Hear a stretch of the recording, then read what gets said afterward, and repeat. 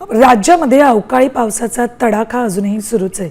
आज मध्य महाराष्ट्र आणि मराठवाड्यामध्ये वादळी पाऊस आणि गारपिटीचा इशारा दिलाय, तर उर्वरित राज्यात वादळी पाऊस आणि तुरळक गारपिटीची शक्यता वर्तवली। येलो अलर्ट कायम आहे। पावसाचा येलो अलर्ट वेधशाळेने जारी केलाय। पुढील 3 तासात पुण्यासह अन्य जिल्ह्यात पावसाची शक्यता आहे। अहिल्यानगर, छत्रपती संभाजीनगर, नाशिक, सातारा इथं तुरळक ठिकाणी हलक्या त्या मेघगर्जनेसह पाऊस पडण्याची शक्यता आहे। तसंच वादळी वारे देखील होण्याची शक्यता आहे। पुणे जिल्हा प्रशासनानं ही माहिती दिली आहे। मित्रांनो, आत्ताच समोर आलेली ही बातमी ऐकल्यावर तुम्हालाही थोडासा धक्का बसेल। पुढील काही तासात नक्की काय घडणार आहे हे ऐकल्यावर तुम्ही सावध व्हाल। हवामानात अचानक बदल का होतोय यामागचं कारण खरंच धक्कादायक आहे का? तुम्हाला माहित आहे का, रात्रीची वेळ सर्वात धोकादायक का मानली जात आहे? काही जिल्ह्यांमध्ये अशी परिस्थिती तयार होते जी अनेक वर्षात कधीही पाहण्यात आली नव्हती। आणि सर्वात मोठा प्रश्न, तुमचा जिल्हा या यादीत आहे का? जर असेल तर पुढील काही तास तुमच्यासाठी खूप महत्त्वाचे असणार आहेत। अनेकांनी आधीचे इशारे दुर्लक्षित केले, पण त्याचा परिणाम काय झाला हे आपण पाहिलंच। यावेळी चूक केली तर नुकसान टाळणं खूप कठीण होऊ शकतं, म्हणून शेवटपर्यंत हा व्हिडिओ नक्की बघा, कारण पुढे जी माहिती आहे ती तुमच्यासाठी खूप महत्त्वाची असणार आहे। तर नमस्कार मित्रांनो, आत्ताच एक अत्यंत महत्त्वाची आणि थोडी धक्कादायक हवामान अपडेट समोर आली, त्यामुळे कृपया लक्ष देऊ नका। पुढील काही तासात हवामानात अचानक मोठा बदल होण्याची शक्यता हवामान खात्याने व्यक्त केली आहे। साधारणतः 2 तासानंतर जोरदार वादळी वाऱ्यासह विजांचा कडकडाट आणि मुसळधार पावसाची शक्यता वर्तवण्यात आली। त्यामुळे विशेषतः शेतकरी बांधवांनी आता अधिक सतर्क राहणं गरजेचं बनलंय। आता बघा, हा पाऊस साधा नाही, यामध्ये वाऱ्याचा वेग सुद्धा खूप जास्त असणार आहे। त्यामुळे झाडं, पिकं आणि हलकी बांधकामं यांना धोका निर्माण होऊ शकतो। हवामान खात्याने सर्व नागरिकांना आणि खास करून शेतकऱ्यांना सतर्कतेचा इशारा दिला, कारण सध्या उन्हाळ्याचा काळ असताना देखील वातावरणात अचानक असा बदल होणं खूप चिंताजनक मानलं जातंय। तुम्हाला कदाचित आश्चर्य वाटेल, पण परिस्थिती काही ठिकाणी चक्रीवादळासारखी गंभीर होऊ शकते, असा अंदाज व्यक्त केला जातोय। विशेष म्हणजे रात्री उशिरा साधारणतः 2च्या सुमारास काही जिल्ह्यांमध्ये या वादळाचा प्रभाव अधिक तीव्र होण्याची शक्यता आहे। त्यामुळे रात्रीचा वेळ अधिक धोकादायक ठरू शकतो, हे लक्षात ठेवा। आता एक महत्त्वाची गोष्ट, या संपूर्ण परिस्थितीमुळे महाराष्ट्रात मोठा धोका निर्माण होऊ शकतो असा इशारा देण्यात आला आहे। विशेषतः वादळी वाऱ्यामुळे शेती पिकाचं मोठ्या प्रमाणावर नुकसान होण्याची शक्यता आहे। त्यामुळे शेतकऱ्यांनी आपल्या पिकांची आणि साधनांची योग्य ती काळजी आतापासूनच घ्यायला सुरुवात करावी।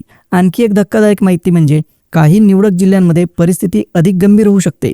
हवामान खात्याने नुकताच एक तातडीचा इशारा जारी केला, ज्यामध्ये अवकाळी पावसाबद्दल अत्यंत गंभीर परिस्थिती निर्माण होण्याची शक्यता सांगितली गेली। गेल्या अनेक वर्षात मार्च महिन्यात इतका तीव्र पाऊस क्वचितच पाहायला मिळाला, आणि यावेळी तसाच किंवा त्याहून जास्त पाऊस पडू शकतो असे संकेत मिळत आहेत। आता थोडंसं तांत्रिक बाजूने पाहिलं तर दक्षिणेकडून हवामान प्रणाली महाराष्ट्राच्या दिशेने सरकत आहे। सॅटेलाइटच्या मदतीने घेतलेल्या ताज्या चित्रांमध्ये ही प्रणाली अतिशय वेगाने पुढे येताना दिसते। वाऱ्याचा वेग ताशी 150 किलोमीटरपर्यंत जाऊ शकतो असा अंदाज आहे, जो खरोखरच गंभीर आहे। म्हणून मित्रांनो, ही वेळ अजिबात हलगर्जीपणाची नाही। हवामानातील बदल खूप वेगाने होत आहेत, त्यामुळे सतत अपडेट राहा आणि आवश्यक ती काळजी घ्या। पुढील काही तास तुमच्यासाठी खूप महत्त्वाचे असणार आहेत। आता परिस्थिती अजून गंभीर होत चालली, त्यामुळे नीट लक्ष द्या।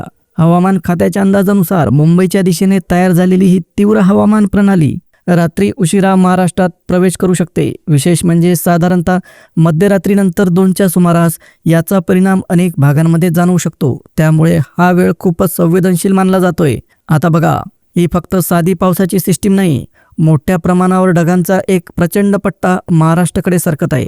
हे ढग खूप उंच स्तरावर तयार झालेले आहेत आणि त्यांची घनता देखील जास्त असल्याचं सांगितलं जात आहे। त्यामुळे जेव्हा हे ढग सक्रिय होतील तेव्हा केवळ पाऊसच नाही, तर काही ठिकाणी गारपीट होण्याची शक्यता सुद्धा व्यक्त केली जाते। विशेषतः रात्रीच्या वेळेला गारांचा मारा होऊ शकतो, त्यामुळे शेतकरी आणि सामान्य नागरिकांमध्ये चिंता वाढली आहे। तुम्हाला कदाचित जाणवत असेल, आज संध्याकाळपासूनच वातावरण बदलायला सुरुवात झाली। आकाश ढगांनी भरलंय, वाऱ्याचा वेग वाढलाय आणि हवेत एक विलक्षण अस्वस्थता जाणवते। हेच संकेत असतात की मोठा बदल जवळ आलाय। तज्ज्ञांच्या मते अशी परिस्थिती उन्हाळ्यात क्वचितच पाहायला मिळते, त्यामुळे यावेळी विशेष काळजी घेणं गरजेचं बनलंय। सरकारने देखील या परिस्थितीची गंभीरतेने दखल घेतली। काही निवडक 14 जिल्ह्यांसाठी विशेष सतर्कतेचा इशारा देण्यात आला। या भागांमध्ये रात्री जोरदार वारे, त्यानंतर गारपीट आणि वातावरणात मोठा गोंधळ निर्माण होण्याची शक्यता सरकारकडून सांगण्यात आली। त्यामुळे या भागातील नागरिकांनी आणि शेतकऱ्यांनी कोणतीही जोखीम न घेता सुरक्षित राहणं अत्यंत महत्त्वाचं बनलंय। इतकंच नाही, तर इतर 19 जिल्ह्यांसाठी सुद्धा उच्चस्तरीय सतर्क सतर्कतेचा इशारा देण्यात आला. म्हणजेच ही परिस्थिती फक्त एका भागापुरती मर्यादित नाही तर राज्यभर तिचा परिणाम दिसू शकतो. हवामान विभागाने सॅटेलाइटच्या माध्यमातून जे चित्र समोर आणलं ते खरोखरच चिंताजनक असल्याचं सांगितलं जात आहे. म्हणून मित्रांनो, सध्या सर्वात महत्त्वाचं म्हणजे सावध राहणं. विशेषतः रात्रीच्या वेळेला बाहेर पडणं टाळा आणि शक्य असेल तितक्या सुरक्षित ठिकाणी राहा. शेतकऱ्यांनी आपल्या पिकांचं संरक्षण करण्यासाठी आधीच तयारी करून ठेवावी, कारण पुढील काही तास परिस्थिती कशी बदलते हे खूप निर्णायक ठरणार आहे. तर मित्रांनो, जरा मागे वळून बघा. अगदी 8 दिवसांपूर्वीच आपण अशीच एक भीषण परिस्थिती अनुभवली होती. हवामान खात्याने आधी इशारा दिला होता की जोरदार पाऊस, विजांचा गडगडाट आणि गारपीट होऊ शकते, पण त्यावेळी अनेकांनी गांभीर्याने घेतलं नाही. उन्हाळा आहे, पाऊस कसा येईल असं म्हणत लोकांनी दुर्लक्ष केलं आणि मग काय झालं? मध्यरात्री अचानक वारा सुटला, गारांचा मारा सुरू झाला आणि सकाळपर्यंत परिस्थिती पूर्णपणे बदलली. सावरण्याची सुद्धा संधी मिळाली नाही. पण आता जी परिस्थिती तयार होते ना, ती त्यापेक्षा खूपच भयानक असेल असं तज्ज्ञांचं मत आहे. या वेळेचा धोका मागील वेळेपेक्षा अनेक पटींनी जास्त आहे. म्हणूनच आजच्या व्हिडिओमध्ये आपण सगळं स्पष्ट समजून घेणार आहोत. नेमके कोणते 14 जिल्हे सर्वाधिक धोक्यात आहेत, कोणत्या 3 तारखांना विशेष सावध राहायचं आहे आणि कोणत्या भागांना रेड, ऑरेंज आणि येलो अलर्ट देण्यात आला आहे. आता एक धक्कादायक गोष्ट, गेल्या 48 तासात समुद्रामध्ये मोठ्या प्रमाणात हालचाल दिसून आली. सॅटेलाइटमधून मिळालेल्या चित्रांमध्ये हवामानात मोठा बदल स्पष्ट दिसतोय. त्यामुळे राज्यभर भीतीचं वातावरण तयार झालंय. दिवसभर आभाळ दाटून आलेलं दिसतंय आणि रात्री परिस्थिती अधिकच गंभीर होण्याची शक्यता आहे. तुम्ही जर आत्ताच बाहेर जाऊन आकाशाकडे पाहिलं तर लक्षात येईल, ढग पूर्णपणे दाटलेले आहेत, वाऱ्याचा वेग हळूहळू वाढतोय. हे सगळे संकेत मोठ्या वादळाचे असतात. दक्षिणेकडून येणारी ही ढगांची प्रचंड रांग आता महाराष्ट्राच्या दिशेने सरकत आहे. हे ढग उंच आणि घनदाट असल्यामुळे जेव्हा ते सक्रिय होतील तेव्हा फक्त पाऊस नाही तर गारांचा मारा देखील होऊ शकतो. तुम्हाला आठवतंय का, काही दिवसांपूर्वी असंच झालं होतं. कुणालाही वाटलं नव्हतं, पण अचानक गारपीट झाली. अगदी तसंच काहीसं पुन्हा घडू शकतं, कारण वादळ येण्यापूर्वी वातावरण थोडं शांत दिसतं, पण ती शांतता फक्त काही क्षणांची असते. आता परिस्थिती आणखी गंभीर बनवणारी गोष्ट म्हणजे समुद्राकडून येणाऱ्या गरम वाफा आणि वरून येणारी थंड हवा यांचा जबरदस्त संघर्ष सुरू आहे. त्यामुळे वातावरणात प्रचंड ऊर्जा तयार होते आणि याच ऊर्जेचा परिणाम काही जिल्ह्यांमध्ये अत्यंत तीव्र स्वरूपात दिसू शकतो.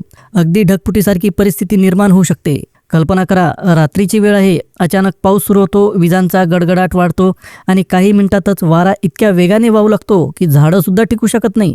हे चित्र आता प्रत्यक्षात घडण्याची शक्यता व्यक्त केली जाते. हवामान खात्याच्या रडारवर दिसणारे लाल रंगाचे चिन्ह हे साधं नाही, ते अतिशय तीव्र हवामान प्रणालीचं संकेत आहे. जमिनीपासून अनेक किलोमीटर उंचीवर तयार झालेली ही ढगांची भिंत जेव्हा खाली येते तेव्हा फक्त पावसाचा प्रश्न राहत नाही, त्यासोबत वीज, वारा आणि गारांचा तडाखा सुद्धा बसतो.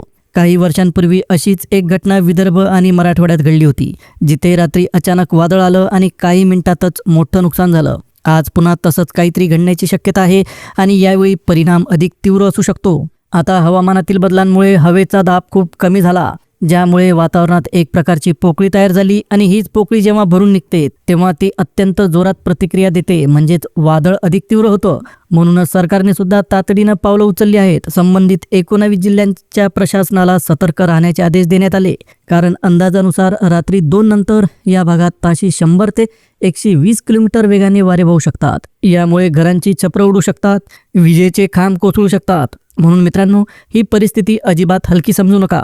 पुढे कोणत्या 3 तारखा सर्वात महत्त्वाच्या आहेत आणि कोणत्या जिल्ह्यांमध्ये सर्वाधिक धोका आहे हे आपण पाहणार आहोत. त्यामुळे व्हिडिओ शेवटपर्यंत नक्की बघा, कारण ही माहिती तुमच्या सुरक्षिततेसाठी खूप महत्त्वाची, इम्पॉर्टंट आहे.